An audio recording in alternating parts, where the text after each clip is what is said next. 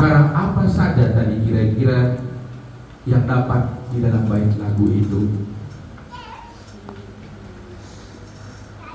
Menyembuhkan yang terluka, membebaskan yang baik. Indah sekali ya baitnya, tapi perlu kita ketahui,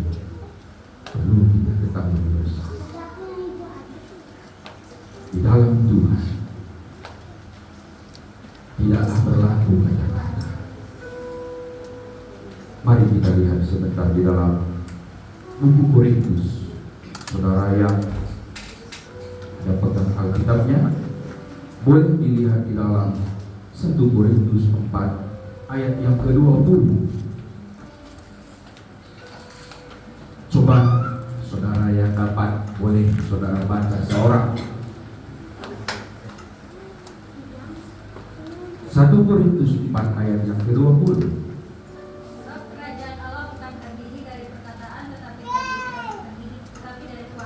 Ini perlu kita tahu, bahwa ketika kita mengikut jalan Tuhan,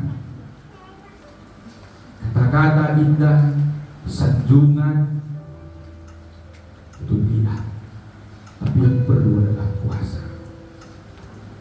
Ini pertama, dasar mengikut Tuhan.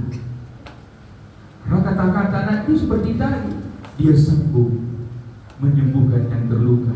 Tetapi di dalam keadaan kita, saya tidak tahu di antara saudara mungkin masih ada terluka di dalam, mungkin masih ada menyimpan rasa benci dengan siapa, ataupun mungkin bisa dikatakan akar pahit, tidak ada yang tahu. Maka di dalam perkataan itu sesungguhnya yang perlu itu kuasa. Kuasa. Saudara tahu, baru-baru ini kita memperingati sebagai orang Kristen itu kenaikan Tuhan Yesus. Ada dua kepentingan yang Tuhan kerjakan bagi kita di sana. Yang pertama, betul, dia pergi kembali ke rumah Bapa untuk menyediakan tempat bagi setiap orang yang percaya, yang hidup berkenan di hadapan Tuhan. Dan yang kedua, dia mengutus seorang penolong, Roh Kudus. Maka dikatakan di dalam buku Kisah Para Rasul 1 ayat 8, tetapi kamu akan menerima kuasa apabila Roh Kudus turun ke atasmu. Jadi kuasa ini sangat kita butuhkan. Kuasa untuk segalanya, melawan dosa. Kalau saya sering bilang sama anak-anak di sana, kuasa itu yang sederhana saja dulu. Kuasa untuk menyayangi istrimu, kuasa untuk mengasihi suamimu, kuasa untuk mencintai anak-anak. Itu paling sederhana dulu. Tapi banyak saya temukan, terlebih-lebih kalau di Bali ini, memang dari sini saya lihat tidak jauh beda. Di tempat kita juga itu banyak dari daratan NTT. Yang bagaimana tadi kalau nyanyi, ikut nyanyi, dia sanggup, tapi dia di dalam keadaan tidak sanggup. Ini perlu kita perhatikan. Kan begitu ya. Dan juga saudara, saya memang masih muda dan sering saya menolak. Saya masih muda Tuhan. Tapi setiap saya berdoa, Tuhan katakan, jangan katakan bahwa siap sedia kapan pun waktunya. Maka saudara, terus terang, kita bertemu ini tadi saya katakan tidak kebetulan. Tadi pun saya bertanya kepada Tuhan, untuk apa saya ke sana? Tuhan hanya sampaikan penting agar saudara nanti mendengar dengan baik-baik kebenaran yang dapat memerdekakan saudara. Sebab tanpa kebenaran semua tidak ini berikan. Agar jangan nanti janji tinggal janji. Saudara tahu janji Tuhan begitu indah, begitu agung. Kalau kita lihat dalam Lukas 4 itu jelas, Roh Allah ada padaku. Oleh sebab itu ia menyertai aku untuk memberitakan apa itu? Kabar baik bagi orang miskin, membuka mata yang buta, membebaskan orang yang tertindas, yang tertawa, untuk memberitakan tahu rahmat Tuhan telah datang. Ini indah, betul indah, tapi banyak sekali orang Kristen tidak dapatkan. Saya cerita sedikit latar belakang saya, saudara. Ketika saya di Jakarta, ketika saya berdoa, Tuhan bicara, persiapkan dirimu, engkau akan kudus ke tanah yang gersang. Saudara tahu? Amin. Saya berangkat ke Pulau Bali ini, saudara. Sangka saya, pikir saya adalah orang Hindu, sebab Bali mayoritas mereka. Tapi itulah cara manusia berpikir. Tapi bagi Tuhan tidak, ternyata tidak. Maka sampai saya di Bali, saya bertemu pertama kali itu dengan orang Kupang, Juni Ahmad Yani. Setelah ketemu orang Kupang, ketemu orang Kupang lagi. Setelah ketemu orang Kupang lagi. Kupang lagi. Sehingga saya bertanya, Tuhan, bukankah ini orang Kupang daratan NTT yang sejak nenek moyangnya sudah Kristen? Kenapa Tuhan utus saya untuk mereka? Apa kata Tuhan? Tuhan buat satu perumpamaan, saudara.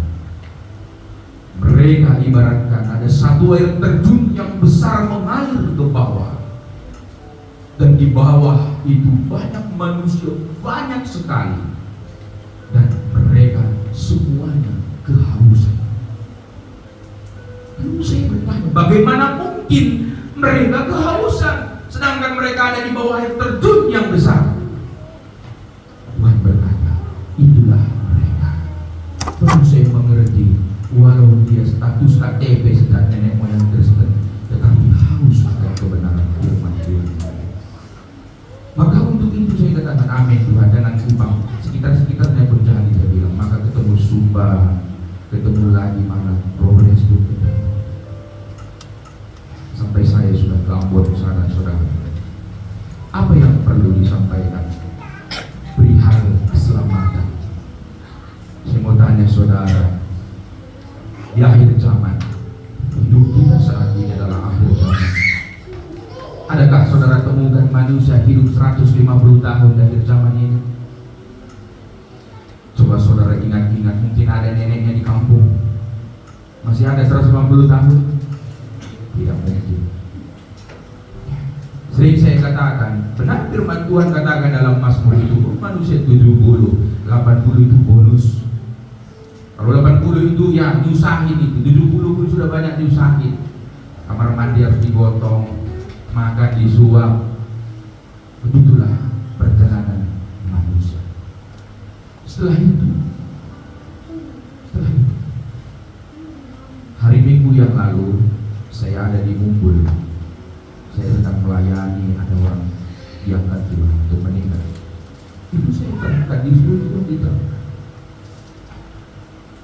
bahwa kita ini sebentar saja di dalam dunia, dan hanya itulah kesempatan untuk kelak kita menentukan tempat di mana kita berada.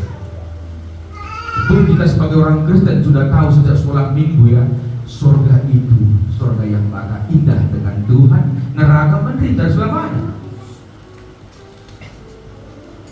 Tapi sering sekali kalau kita tahu surga itu indah, tapi sering sekali saudara, perilaku sikap kita, tindakan kita memilih kepada hukuman yang kekal. Saudara tahu seberapa banyak orang Kristen di muka bumi ini detik ini. Nanti saudara boleh lihat, apalagi sekarang canggih ada setting Google, ketemu.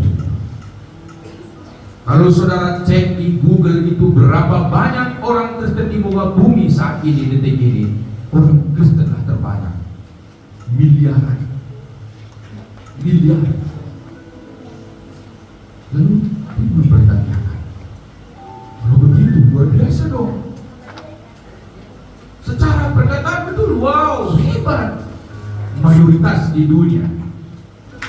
Tapi saudara tahu firman Tuhan tidak pernah menjanjikan manusia akan selamat banyak, tidak. Manusia ke surga hanya sedikit. Hanya sedikit. Supaya kita nanti sadari posisi kondisi ini, agar nanti saudara menjadi seorang Kristen itu berisi. Saya sering katakan, bukan jumlah menentukan kualitas. Supaya kita mengerti nanti, saudara. Mari sedikit kita lihat firman Tuhan di dalam buku Lukas.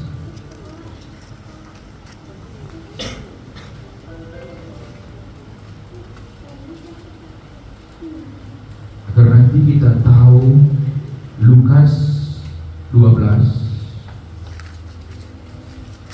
Lukas 13.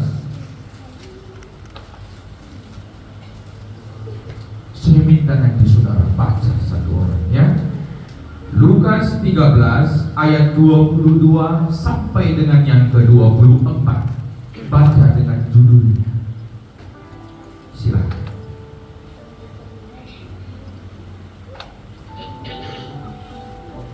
Siapapun saudara yang dapatkan, tidak apa-apa baca. Kita cari, jangan takut. Baik. Kemudian Yesus berjalan keliling dari kota ke kota dan dari desa ke desa sambil mengajar dan meneruskan perjalanannya ke Yerusalem. Dan ada seorang berkata kepadanya, Tuhan, sedikit sajakah orang yang diselamatkan? Jawab Yesus kepada orang-orang di situ, berjuanglah untuk masuk melalui pintu yang sesak itu, sebab aku berkata kepadamu, banyak orang yang akan berusaha untuk masuk, tetapi tidak akan mendapat. Di sini saudara tahu, saya sering katakan, seluruh kitab yang saudara pegang sekarang semua baik saya pegang, mulai dari Kejadian sampai Wahyu, inilah intinya. Inilah intinya. Kalaupun saudara hafal seluruh isi Alkitab, kalau tidak selamat tidak ada gunanya. Inilah intinya. Siapa yang diselamatkan? Inilah dia. Maka kita bersyukur ada seseorang ini langsung bertanya kepada Tuhan Yesus kala itu 2000 tahun yang lalu. Langsung kepada Tuhan Yesus dia bertanya, tidak perantaraan lagi. Tuhan, katanya, betul, sedikit sajakah orang yang diselamatkan? Tuhan Yesus nggak katakan, oh jangan takut, percaya saya padamu, semua selamat. Tidak, Tuhan tidak pernah katakan begitu. Tapi Yesus katakan, berjuanglah melalui pintu yang sesat itu, sebab banyak yang berusaha tidak dapat. Makna berjuang harus kita tahu, saudara. Bertaruh nyawa manusia, supaya kita mengerti, mengikuti. Kalau kita fokus saja, maksudnya apa? Bukan kita nanti ini aku percaya Yesus, mau bunuh ini, bukan begitu, bukan seperti itu. Tapi apa? Segala yang ada dalam kehidupan kita, kita sanggup tinggalkan, relakan untuk masuk mengikuti Yesus. Tidak ada yang tersisa. Tidak ada yang tersisa. Saudara tahu jawaban eksklusif dari pertanyaan ini? Sedikit sajakah yang diselamatkan? Mari lihat Matius, saudara. Matius 7.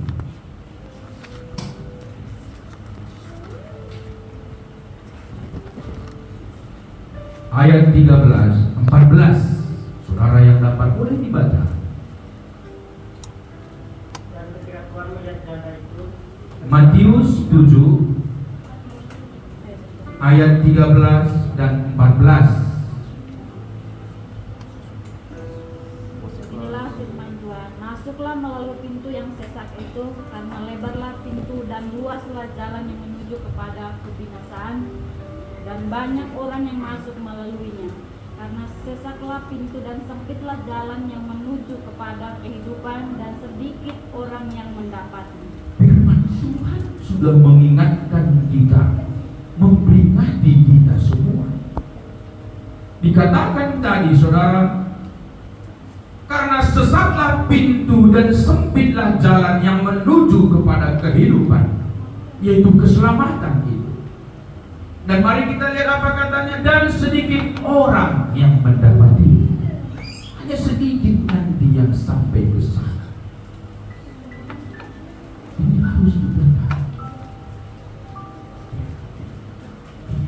Saudara, mari kita lihat satu. Ini pun indah kata-kata juga ini. Ya. Wahyu, mari kita lihat. Wahyu 13.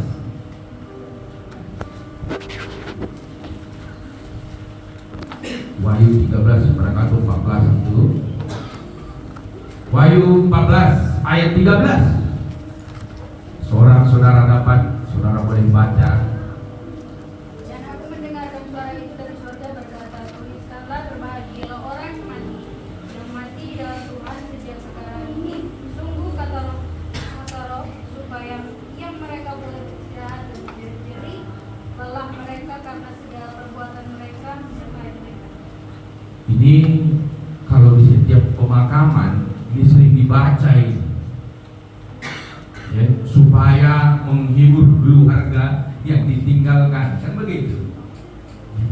Lihat firman Tuhan ini, kata-kata. Keselamatan itu atau kerajaan surga tidak terdiri dari kata-kata, tapi kuasa.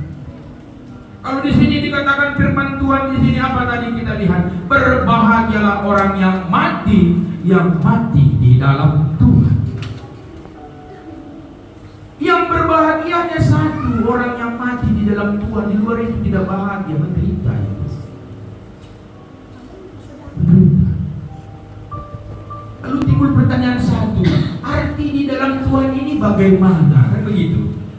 Tadi katanya berbahagialah orang yang mati di dalam Tuhan. Ada satu pertanyaan penting. Apa arti di dalam Tuhan? Apakah karena status KTP-nya Kristen? Apakah karena dia rajin gereja? Apakah karena dia sudah memiliki tugas di gereja sebagai apapun itu? Mau singer, mau pendeta? Tidak. Itu tidak cerminan orang ke surga. Saya terus terang, malu saya seorang hamba Tuhan itu banyak ke neraka. Jelas. Supaya kita mengerti bagaimana di dalam Yesus. Mari kita perhatikan. Banyak orang menolak saudara. Jangankan manusia akhir zaman. Zaman di masa Tuhan Yesus ini pun banyak menolak.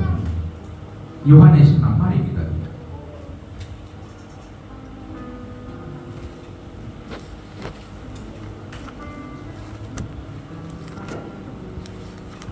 Yohanes 6 ayat yang ke-56. Saudara yang dapat boleh dibaca. Barang siapa makan dagingku dan minum darahku, ia tinggal di dalam aku dan aku di dalam dia. Saudara, dikatakan firman Tuhan, barang siapa makan dagingku dan minum darahku, ia tinggal di dalam aku dan aku di dalam dia. Ketika Tuhan Yesus sampaikan ini kepada murid-murid, mereka mengundurkan diri, pergi semua meninggalkan Tuhan.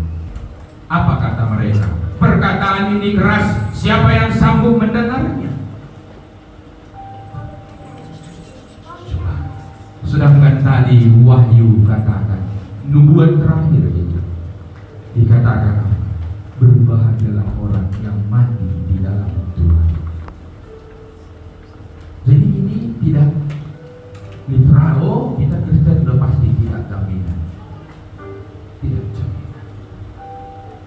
Sebab kalau kita perhatikan saudara, mari kita lihat kembali ke dalam Matius 7 tadi. Ini perlu sekali kita nanti ketahui ya. Matius 7 ayat yang ke-21. Baca. Setiap orang yang berseru kepadaku, orang akan masuk ke dalam kerajaan surga, melainkan dia yang melakukan perbuatan Bapaknya di surga. Jelas, detail. Bukan setiap orang yang berseru-seru kepada aku, Tuhan, Tuhan akan masuk dalam kerajaan surga, melainkan mereka yang melakukan kehendak Bapaknya. Ini tadi saya katakan, orang Kristen di akhir zaman miliaran. Hanya orang Kristen yang berseru kepada Yesus, kalau yang lain kan tidak. Maka firman Tuhan ini menegur orang Kristen yang mengaku dia percaya kepada Yesus. Ditegur. Bukan setiap orang berseru-seru melakukan kehendak Bapa. Supaya jangan nanti kita ini ya salah mengerti gitu. Sebab banyak saudara saya ketemu kemarin orang Tangerang itu apa? Ya kita sudah diselamatkan. Sekali selamat tetap selamat, tidak ada itu. Ya, tidak. Betul, Efesus katakan, engkau diselamatkan bukan karena jerih payah, kan begitu? Bukan karena perbuatan. Semua oleh karena kasih karunia. Tapi ada di bawahnya ayatnya nggak diterusin. Coba diterusin. Kita dipersiapkan untuk apa? Pekerjaan yang telah disediakan Allah. Dan Ia mau untuk kita hidup di dalamnya. Jadi kita harus hidup di dalam keselamatan itu. Maka firman Tuhan katakan, kerjakanlah keselamatanmu dengan takut dan gentar. 1 Petrus itu, ini berarti betul dan nakut-nakutin katanya. Perlu tahu apa dikatakan 1 Petrus? Mari coba kita lihat. Ini orang paling tidak suka ini. 1 Petrus 1 ayat 17. Saya akan baca, saudara. Saudara boleh mendengar, boleh memperhatikan. 1 Petrus 1 ayat 17. Dan jika kamu menyebutnya Bapa, yaitu Dia yang tanpa memandang muka menghakimi semua orang menurut perbuatannya, maka hendaklah kamu hidup dalam ketakutan selama kamu menumpang di dunia ini. Adakah kita memiliki perasaan itu? Hidup dalam ketakutan selama menumpang di dunia ini? Atau kita hidup masih sesuka hati kita? Atau kita hidup seperti apa yang kita pikirkan? Oh ini cocok, ini pas, ini top, ini markotok, jalan. Apa begitu? Tidak. Saudara tahu, orang Kristen belum tidak penuh dalam pekerjaan Roh Kudus. Dia seperti seorang buta berjalan. Seorang buta. Ini perlu saudara harus tahu. Bagaimana pentingnya Roh Kudus ini harus saudara miliki. Tidak sekedar ucapannya, tidak kata-kata. Saya tegaskan dari awal itu kita semua. Kerajaan surga tidak terdiri dari kata-kata. Keselamatan tidak terdiri dari kata-kata, tetapi dari kuasa. Saudara, di dalam buku Yesaya itu tentang Raja Damai. Itu indah sekali. Terus terang, saudara mungkin pernah membaca. Coba lihat Yesaya, itu indah sekali itu. Oh, kalau dibaca itu kesukaan itu. Coba lihat Yesaya 9, barangkali coba lihat. Nah, Yesaya 9 ayat yang kelima. Coba saudara baca, seorang yang dapat, suara kuat, tidak apa-apa. Sebab seorang anak telah lahir untuk kita, seorang putra telah diberikan untuk kita, lambang pemerintahan ada di atas bahunya, dan namanya disebutkan orang penasehat ajaib, Allah yang perkasa, Bapa yang kekal, Raja damai. Kira-kira setelah kita dengar ini tadi, luar biasa nggak ini yang diberi untuk kita ini? Ini luar biasa. Jangan nanti kita tidak alami. Ini persoalannya. Ini persoalan. Mengapa di sini dikatakan coba? Sebab seorang anak telah lahir untuk kita, seorang putra telah diberikan untuk kita. Lambang pemerintahan ada di atas bahunya, dan namanya disebutkan orang. Sudahkah dia hadir dalam hidup saudara sebagai manusia ajaib? Saudara tahu, saya cerita kepada Bapak Pendeta di tempat ini. Ada satu hamba Tuhan, dia di Bali. Dia sudah berkisar 8 sampai 9 tahun sekolah di Palembang. Lalu dia diutus ke Bali untuk melayani. Saudara, dia suami istri pendeta. Lalu saya tidak tahu bagaimana cara Tuhan kami bertemu. Ketika Dia cerita, saya melayani sering sampai ke Lembongan sana, kata, oh ya bagus. Lalu setelah itu kami terus bercerita sehingga apa yang terjadi, kebenaran disampaikan. Posisinya ini dia sedang sakit, dia bocor jantung. Saudara tahu, istrinya sedang sakit kulit parah. Saya pertama sekali datang ke rumahnya itu, di lantainya nanah darah semua. Sudah, kebenaran itu diterangkan. Satu yang saya katakan, jika kau mau merendahkan dirimu, datang. Maka apa yang terjadi, saudara? Dia relakan, dia datang. Ketika jam berdoa, dia lihat dia menangis. Dia lihat seorang putih tua sekali, itu cahayanya pun sangat kilau, memberikan di depannya langsung bentuk jantung ini begini, dan dia terima. Dulu kalau mengangkat aqua galon itu, kalau orang sakit jantung, bocor jantung, ini bibirnya ini sering biru, matanya jadi biru. Karena orang bocor jantung tidak bisa obat angkat berat.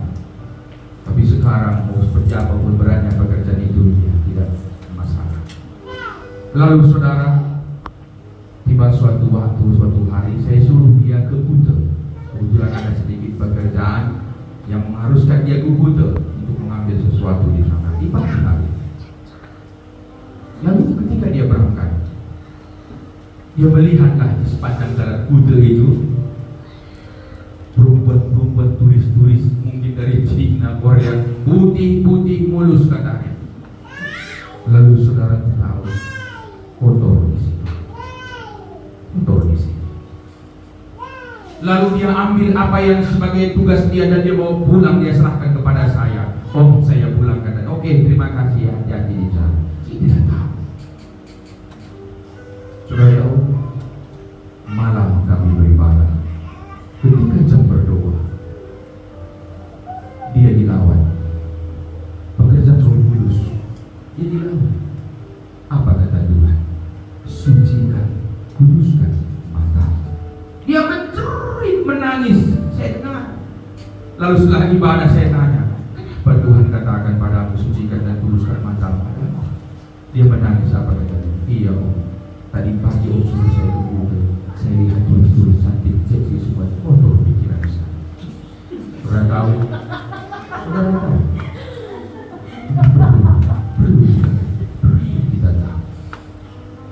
Nasihat ajaib tidak cukup di bibir. Nasihat ajaib itu harus ada. Yang dikatakan dia ajaib, yang tidak terdeteksi manusia, yang tidak dapat diketahui manusia. Tapi ketika dia ada, saudara, kalau di tempat kita berdoa, saya sering ditegur Tuhan, rendahkan dirimu serendah-rendahnya. Ini yang saya terus rindukan, yang memimpin kehidupan perjalanan rohani saya, agarlah bertemu Tuhan di Yerusalem baru. Kalau tidak, pendeta pun neraka. Jelas. Maka penting sekali seorang penasihat ajaib itu ada dalam hidup kita tiap-tiap pribadi. Sebab dikatakan, mari kita lihat di dalam buku Ibrani.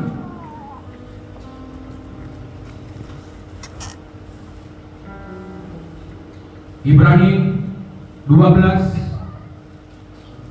ayat yang ke-6. Seorang saudara yang dapat, saudara baca.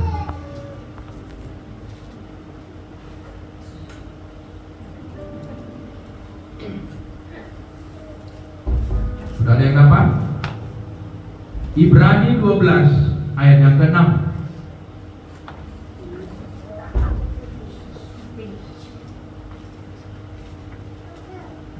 Karena Tuhan menghajar orang yang dikasihinya, dan dia menyesahkan orang yang diakuinya sebagai anak. Ayat ke-7. Jika kamu harus menanggung ganjaran, Allah memperlakukan kamu seperti anak. Di manakah terhadap anak yang tidak dihajar oleh ayahnya? Ayat 8. Tetapi jikalau kamu bebas dari ganjaran yang harus diderita setiap orang, maka kamu bukanlah anak, tetapi anak-anak gampang. Jadi saudara jangan nanti di sepihak. Satu pihak kita mengaku, oh aku anak Yesus. Giliran berdoa, Bapakku, Tadi 1 Petrus itu menekan loh. Jika kita sudah berani katakan Bapa, nah ini kita harus hidup di dalam ketakutan selama kita menumpang di dunia. Apa makna ketakutan? Maka Tuhan katakan apa? Berjaga-jaga, sebab engkau tidak tahu bila mana Tuhan datang. Yang datang seperti pencuri, tidak diketahui. Berjaga-jaga. Hendaklah hidupmu terus hidup dalam kebenaran dan kesucian, sebab di luar itu tidak ada bertemu Tuhan. Kuduslah engkau sebab aku kudus, sebab tanpa kekudusan tidak ada orang bertemu Tuhan. Maka yang membuat kita bisa bertahan kudus itu tadi peran penasihat ajaib. Maka di sini tadi kita dengar karena Tuhan menghajar orang yang dikasihinya dan ia menyesal orang yang diakuinya sebagai anak. Tapi kalau kita sudah pun buat dosa, sudah pun main-main, ya manusia kan tidak tahu apa yang kita lakukan. Tapi kalau bisa bebas dari ganjaran apapun,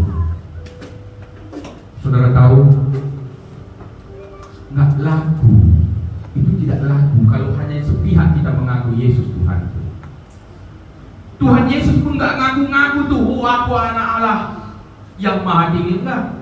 Tapi Allah Bapa sendiri yang bersaksi, itu baru sah.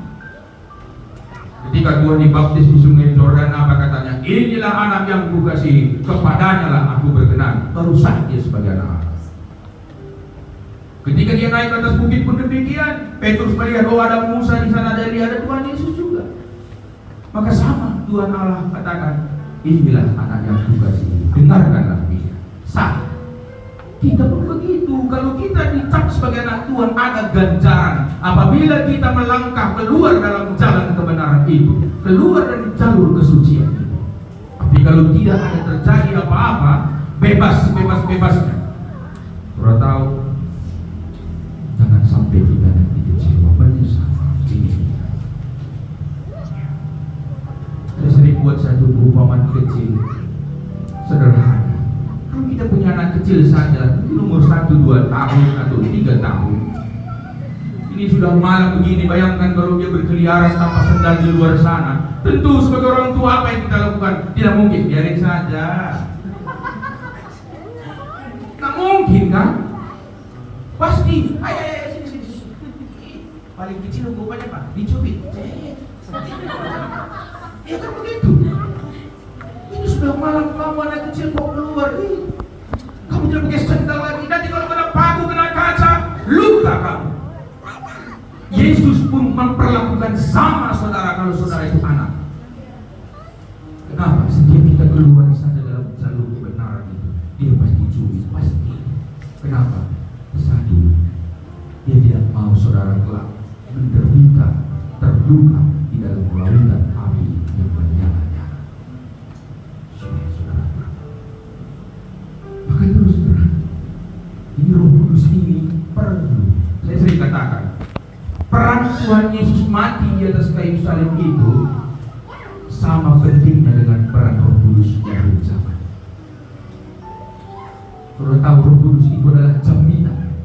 Siapa yang tidak memiliki Roh Kudus itu, jangan mati hanya cita-cita saja, tapi tidak sampai. Mari lihat 2 Korintus 1. 2 Korintus 1.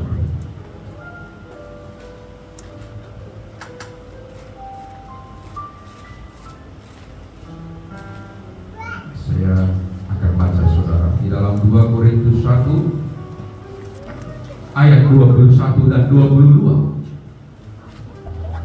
2 Korintus 1 ayat 21 dan 22. Firman Tuhan. Sebab Dia yang telah meneguhkan kami bersama-sama dengan kamu di dalam Kristus adalah Allah yang telah mengurapi, memateraikan tanda miliknya atas kita, dan yang memberikan Roh Kudus di dalam hati kita sebagai jaminan dari semua yang telah disediakan untuk kita. Yang telah disediakan Tuhan itu tadi.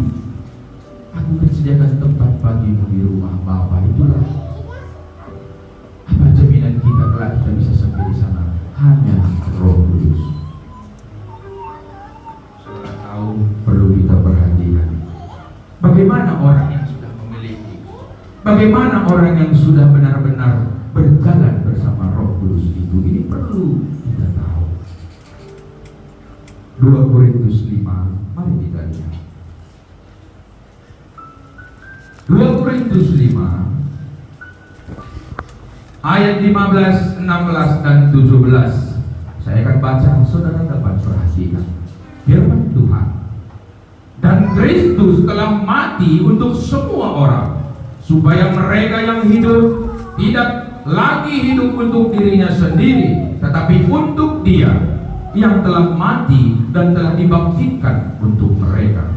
Sebab itu kami tidak lagi menilai seseorang juga pun menurut ukuran manusia.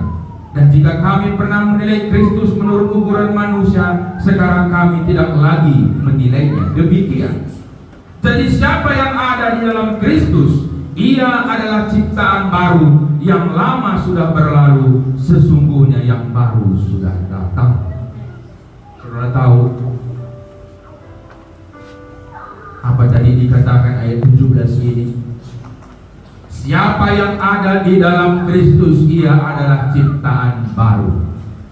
Tadi Wahyu 14 ayat 13 katakan apa? Berbahagialah orang yang mati di dalam Tuhan. Yang di dalam Tuhan ini siapa katanya sini? Apa kata? Ciptaan baru. Hidup yang baru. Berarti ada hidup yang lama, kan begitu? Ada yang baru, berarti ada yang lama. Jangan dulu langsung kita loncat, oh kehidupan baru asing nih, mari apa itu? Mari kita review. Jangan masih lengket kita kehidupan yang lama. Galatia 5 ayat 19, mari kita perhatikan. Galatia 5 ayat 19 sampai dengan yang ke-21. Ini adalah kehidupan lama. Perlu kita perhatikan tiap-tiap pribadi, yang mana yang masih kita miliki, supaya nanti kita dapat meraup menangis kepada Tuhan, supaya Tuhan nanti bongkarkan. Apa katanya? Perbuatan daging telah nyata, yaitu percabulan, kecemaran, hawa nafsu, penyembahan berhala, sihir, perseteruan, perselisihan, iri hati, amarah, kepentingan diri sendiri, pencideraan, roh pemecah, kedengkian, kemabukan, pesta pora. Ini ada beberapa saja ini. Yang banyak ini apa itu? Sebagainya. Dan yang penting kita perhatikan, mari lihat apa katanya. Terhadap semuanya itu kuperingatkan kamu, seperti yang telah kubuat dahulu, bahwa barang siapa melakukan hal-hal yang demikian, ia tidak akan mendapat bagian dalam kerajaan Allah. Siapa yang masih hidup dalam kedagingan yang telah tadi kita dengar bersama, dia tidak akan mendapat bagian dalam kerajaan Allah. Ini dia. Saudara bisa nanti cek sendiri, yang mana masih kena ini ya, cek sendiri. Kenapa saudara? Tidak bisa 50%, 90%, ataupun 99% tidak, 100% harus. Saudara tahu, ketika Simon Petrus bersama dengan Tuhan Yesus di malam-malam sebelum Tuhan Yesus itu ditangkap, Tuhan Yesus berbicara kepada seorang Simon Petrus, murid yang dikasihinya. Simon, berdoalah. Saudara tahu apa kata Tuhan? Iblis telah siap menampi Simon.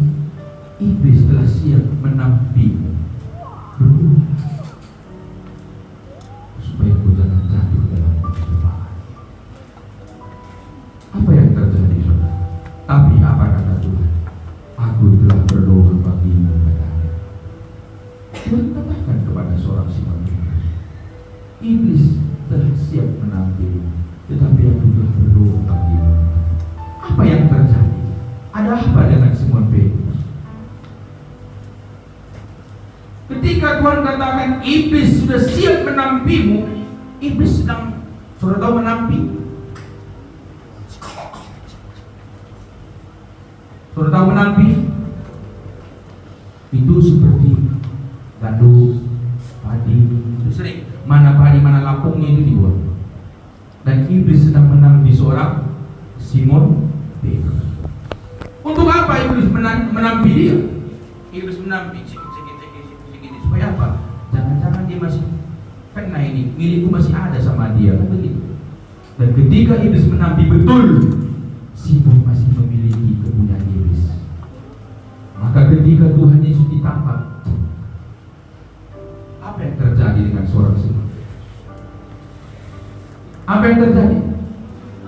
Hah? Apa yang terjadi? Dia ambil sangkur atau pisaunya, dia potong di telinga prajurit Romawi.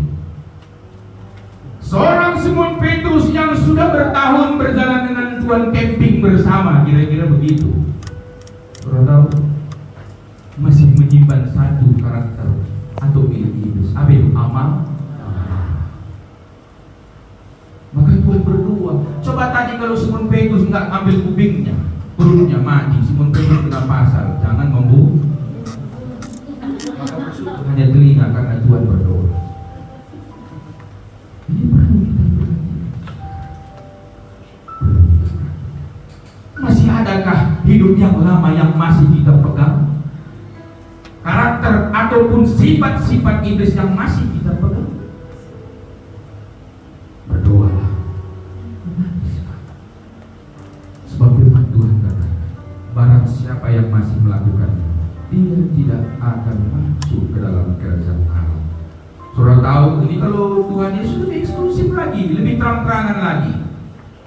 Barang siapa yang tidak lahir baru, kata Tuhan kepada seorang Nikodemus, dia tidak akan apa? Bukan masuk, melihat kerajaan Allah, melihat pun tidak layak. Maka kita harus hidup baru. Bagaimana hidup baru itu tadi? Dipimpin penuh oleh Roh Kudus. Kalau Roh Kudus yang pimpin, saudara tahu dasar dari tempat saya melayani itu ada Zakaria 4 ayat 6b. Bukan dengan berkata, melainkan oleh Roh Kudus, firman Tuhan semesta alam. Bukan dengan berkata. Kalau kita nanti dengan kekuatan berjalan dengan Tuhan, kita tidak sanggup. Tinggal menunggu waktu kegagalan menanti. Maka perlu apa? Penasehat ajaib hadir dalam hidup kita, menuntun hidup kita hari demi hari. Kenapa? Satu, Tuhan katakan dalam Wahyu itu, siapa nanti yang menang hidup itu yang selamat? Barang siapa menang? Barang siapa menang? Itu kepada jemaat-jemaat itu disampaikan. Bahkan dikatakan di dalam Wahyu 22, kehidupan orang-orang mengikuti Yesus harus benar bertambah benar, kudus bertambah kudus. Ada ketingkatan dalam kehidupannya perkara rohani. Tidak sembarangan. Anak-anak Tuhan tidak sembarangan. Saudara, kalau kita sadari, ini sedikit ya, tidak lama lagi, ya 2 jam lagi lah. Saudara tahu, kadang kita berucap saja, senang berucap. Orang Kristen pada umumnya itu maunya senang yang enak. Yesusku itu kasih. Exactly, betul dia kasih. Dia itu murah hati, betul. Coba jangan ambil yang enak-enak dong. Coba ambil jangan yang menurut kita senang-senangnya. Orang Kristen kan begitu ya, apa katanya? Ada lagu-lagu itu senang banget ya. Dan memperluas daerahmu. Senang sekali ya. Untuk apa luaskan daerah? dunia ini sebentar pikir balik. Saudara tahu, ini baik. Mari jangan kita ambil yang senang-senangnya. Yesus kasih, jangan. Coba sekali katakan apa? Dia raja. Kalau saudara berani katakan dia raja, ini tidak sembarangan. Tidak sembarangan. Saudara tahu kalau raja itu di dunia saja salah-salah melayani raja, apa hukumnya? Apa hukumnya? Dicekik. Terus bagi Tuhan tak mati gitu? Lebih parah. Apa kata? Tetapi akulah kepada yang bisa membunuh baik tubuh maupun roh.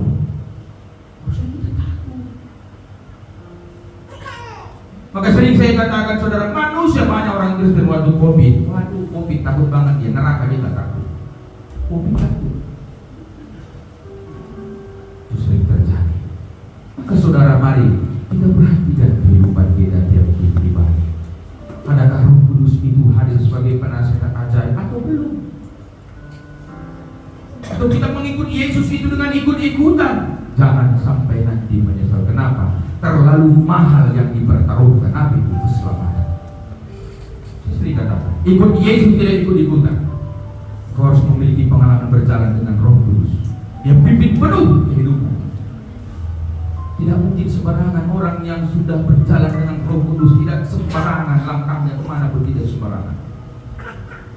Kenapa? Dia pasti bertanya. Kenapa? Orang yang memiliki Roh Kudus itu satu karakternya pasti berubah. Saudara tahu mengapa harus ada ini di haji tiap-tiap pribadi kita? Bertanya kepada Tuhan. Kenapa satu? Jangan katakan, kalau aku sudah melayani, aku sudah ini, Tuhan paling tidak suka. Kenapa? Firman Tuhan katakan, berbahagialah orang yang miskin di hadapan Tuhan, sebab mereka lah yang mempunyai kerajaan surga. Ini aku Tuhan, dengan segala kemiskinan kekosonganku, ini aku Tuhan. Saudara tahu, bertanya dia, apa yang aku kerjakan Tuhan? Ini orang yang benar di hadapan Tuhan.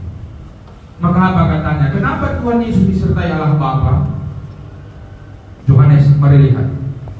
Yohanes, supaya kita belajar ya, bagaimana kehidupan Tuhan Yesus. Bahkan Tuhan Yesus sendiri ya, di dalam Yohanes 8 ayat 29, saya akan bacakan, saudara boleh dan perhatikan. Yohanes 8 ayat 29, dan Ia yang telah memutus aku, Ia menyertai aku. Ia tidak membiarkan aku sendiri, sebab aku senantiasa berbuat apa yang berkenan kepadanya. Bagaimana seorang anak sehingga ia berkenan kepada bapaknya? Tentu dia bertanya. Itu dia bertanya, tidak berjalan dengan sesuai kehendaknya. Kenapa? Sebab kita ini, kalau kita mengaku kita inilah hanya sebagai alat. Ini min, kalau saya letak begini nggak jadi apa-apa, betul? Beginilah harusnya. Kalau tetap nggak dipakai ini, tunggu 2 bulan karatan ini. Begitulah kita.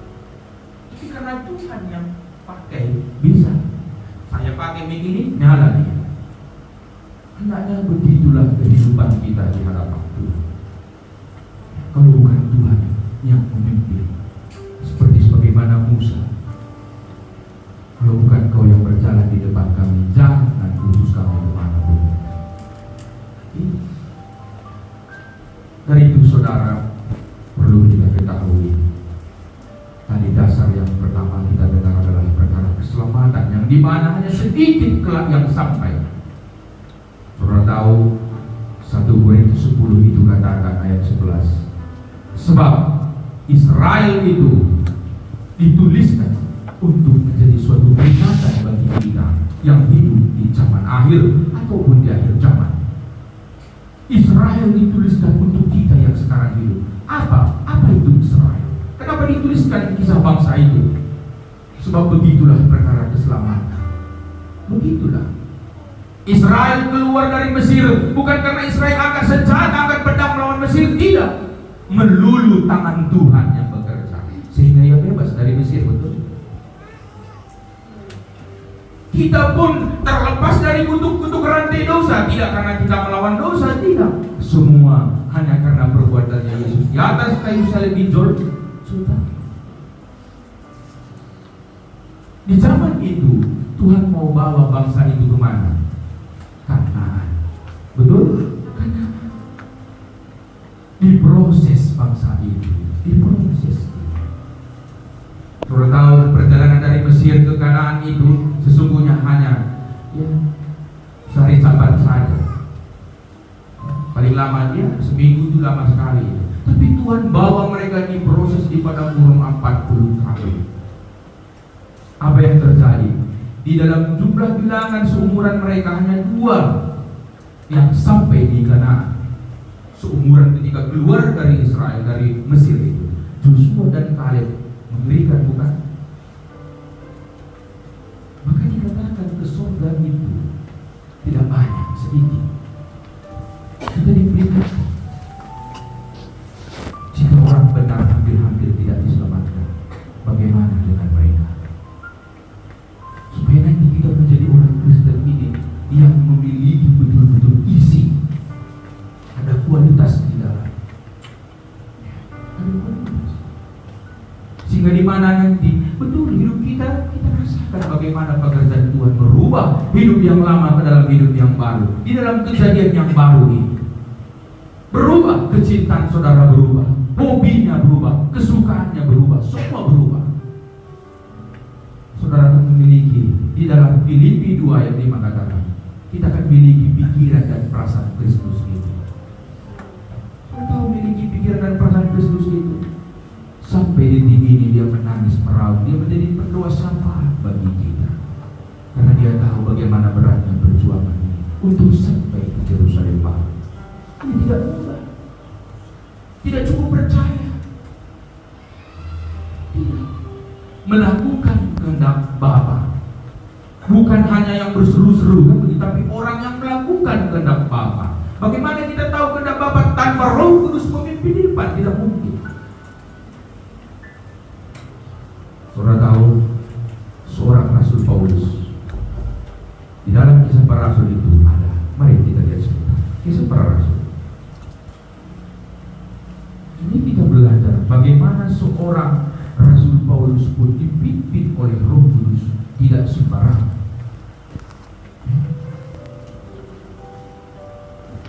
Kisah Para Rasul 16 ayat 6.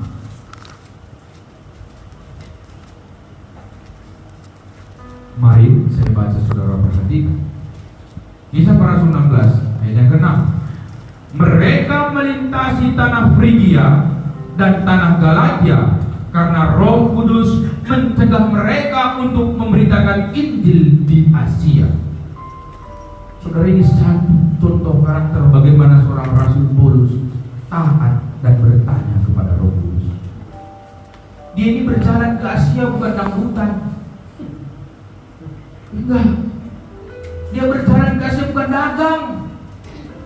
Rencananya tadi apa katanya di sini? Mereka untuk apa? Memberitakan Injil, tapi apa? Roh Kudus melarang. Coba. Kalau kita nanti, kalau tidak Roh Kudus pimpin, kemana kita cocok pasnya, ke situlah kita pergi. Saudara tahu, lebih baik dengar-dengaran daripada korban persembahan. Dengar-dengaran itu lebih baik. Maka kalau saudara nanti miliki Roh Kudus itu, tidak menentu jam-jam doa saudara. Kalau saya pribadi itu nggak nentu. Kadang jam 2, kadang jam 3, jam dingin itu Tuhan sering bangunkan saya untuk berdoa. Supaya saudara tahu, kadang-kadang nanti anak-anak Tuhan itu datangin saya, Om tadi malam Tuhan bicara ke saya, apa katanya? Om begini. Wow, lari saya dalam tidur turun bawah mencari ampun Tuhan. Itu dia pekerjaan Tuhan, meluruskan setiap jalan orang-orang yang kita sendiri. Tidak dibiarkan yang kita sendiri jalan seperti kehendak sesuka kita. Saudara harus rasakan, saudara harus miliki pengalaman itu. Kalau nanti saudara tidak hanya sekedar ikut-ikutan, jangan hanya jargon-jargon semata. Yesus berkuasa, Dia sanggup ini, itu, sedangkan kita tidak terima apa-apa. Bahkan kita masih terikat di dalam apa? Kehidupan lama, yang dimana tadi kita dengar tidak ada bagian dalam kerajaan Allah. Bagi siapa yang masih terikat dalam perkara itu, mari kita selidiki ini hati kita. Selidiki. Waktu teramat singkat, waktu sudah di penghujung jalan, tidak banyak waktu. Kedatangan Tuhan memang betul semakin singkat, semakin singkat. Saudara yang masuk dalam kerajaan surga itu tidak sembarangan. Yang akan sampai ke Yerusalem baru tidak mungkin sembarangan. Orang yang tahan uji, yang diuji oleh api Roh Kudus. Kalau kita melayani, kalau kita datang kepada Tuhan, kita pakai kayu, rumput kering, semua akan terbakar. Tapi kalau kita datang melayani, kita datang kepada Tuhan dengan emas apa? Teruji, akan semakin dimurnikan, semakin dimurnikan. Maka penting hadir seorang penasihat ajaib yang betul mengontrol penuh hidup kita, meluruskan setiap jalan kita. Sebab apa? Tidak mungkin buta yang buta menuntut buta semua ke jurang. Dari itu saudara, minta kepada Tuhan. Satu, saya sering bertanya ini pertanyaan sederhana. Di manakah Tuhan itu berada? Banyak orang bertanya, di mana berada dia? Di mana pun dia ada, kan begitu ya? Tidak. Tuhan tidak mungkin ada di meja judi. Ini satu, mungkin bagi saudara nanti agak terkejut dengan di gereja pasti ada Tuhan. Belum tentu. Di mana dia berada kalau begitu? Kita kembali ke firman Tuhan supaya saudara dialami. Yesaya 57, mari lihat.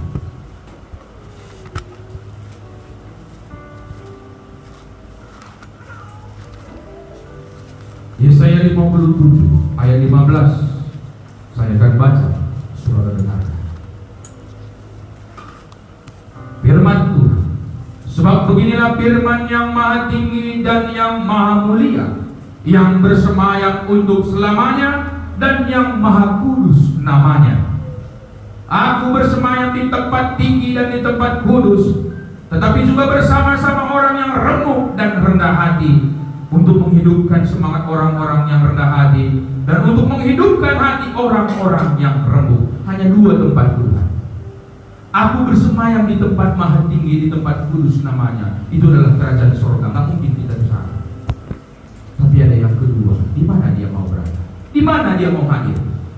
Di hati yang remuk, hati yang rendah. Di sana dia mau hadir. Supaya kita memiliki tempat dan jaminan. Tapi bagi saudara yang mau datang kepada Tuhan dengan hati yang remuk, ini aku Tuhan, sampah, tulang-tulang debu tiada berguna, ini aku Tuhan. Kalau bukan karena pimpinan, siapakah aku? Aku manusia debu, uap yang sebentar saja bisa lenyap. Tidak ada sedikit pun kita berani nanti memegahkan diri, saudara. Terus berhenti, miliki terus rendahan hati. Mazmur kata, apa kata? Hati yang hancur, hati yang tidak kau pandang ini, ya Allahku. Supaya kita mengerti datang menghadap Tuhan. Bagaimana datang menghadap Raja di atas segala raja. Supaya kita, saudara tahu ada satu perumpamaan, satu kisah dalam firman Tuhan. Ada seorang pemungut cukai. Saudara tahu ketika Tuhan Yesus berbicara di dalam rumah, dia tidak berani masuk, bahkan tidak berani mendengar begini. Dia tertunduk, dia mengaku dia orang berdosa. Orang itu yang paling Tuhan suka. Itu yang paling Tuhan suka. Dari Tuhan, miliki hati remuk, hati rendah di hadapan Tuhan. Kenapa? Saudara tahu, Tuhan Yesus pun selama dia hidup di dalam dunia ini, dia pun telah mempersembahkan doa itu dengan ratap tangis. Ibrani 5 ayat 7 itu dikatakan, mari. Satu lagi. Ibrani 5 ayat 7. Mari saya baca, saudara perhatikan firman Tuhan. Ibrani 5 ayat yang ke-7, apa kata? Dalam hidupnya sebagai manusia, ia telah mempersembahkan doa dan permohonan dengan ratap tangis dan keluhan kepada Dia yang sanggup menyelamatkannya dari maut, dan karena kesalehannya ia telah didengarkan. Tuhan Yesus saja, juru selamat kita itu saja begini berdoa dengan ratap tangis, meraung dia, datang di hadapan Tuhan Allah Bapa. Bagaimana dengan kita? Menghampiri Tuhan tidak ada jalan selain daripada hati yang hancur, hati yang lemah. Tidak ada jalan lain. Bukan karena tidak nyanyi tepuk-tepuk nanti dengan buat-buat sampai tangan ini nanti keluar harus diurutkan. Ya. Hati yang hancur, hati yang lemah. Mengaku. Kenapa? Kita tahu firman Tuhan katakan, sebab hari-hari ini adalah jalan kalau tanpa penyertaan Tuhan. Saudara, sedetik saja Tuhan, kalau Tuhan tinggalkan apa pun tidak sembuh. Dari itu jangan tinggalkan hati, pimpin hidupku. Jangan juga jargon doang. Sebab banyak nanti ini hanya di bibir. Saudara tahu ada berdoa begini. Bagaimana harusnya berdoa Tuhan? Tuhan Yesus berbicara begini. Kalau kau mau berdoa begini, Bapa kami yang di sorga, betul? Dikuduskanlah namamu, datanglah kerajaanmu di bumi seperti ini. Sudah tahu begitukah kita berdoa? Tidak. Bagaimana mungkin Bapa kami yang di surga, dikuduskanlah namamu di bumi, dan kalau kehidupan kita tidak mencerminkan bagaimana anak Yesus, Yesus tidak mungkin dikuduskan di bumi. Tidak. Orang pasti mencemooh. Saya sering ketika berdoa, Tuhan ingatkan hamba Yesus, ingatlah terus pundakmu kau sedang bawa nama Yesus. Tidak sembarangan, tidak sembarangan. Dari ujung rambut saya sampai kaki ini tidak sembarangan. Kenapa ada nama Yesus yang saya bawa, yang harus dikuduskan? Saudara harus tahu itu. Ada nama Yesus yang saudara bawa, yang harus saudara kuduskan setiap hari. Jadi saudara perlu perhatikan.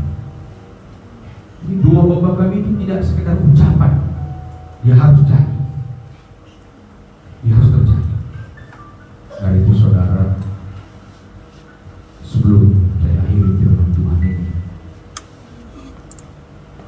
ingat, datanglah kepada Tuhan dengan hati yang rendah, hati yang hancur. Itulah modal utama seorang yang mengaku kotor, hina. Itu yang Tuhan berkenan. Saudara tahu, Amsal katakan, di dalam buku Amsal katakan apa katanya? Orang yang mengakui kesalahannya, orang yang mengakui pelanggarannya akan disayangi. Itu saja. Dari itu, mari. Sebenarnya tidak ada terkecuali di antara kita. Saya pun terus harus berjuang bagaimana hidup terus dalam kebenaran dan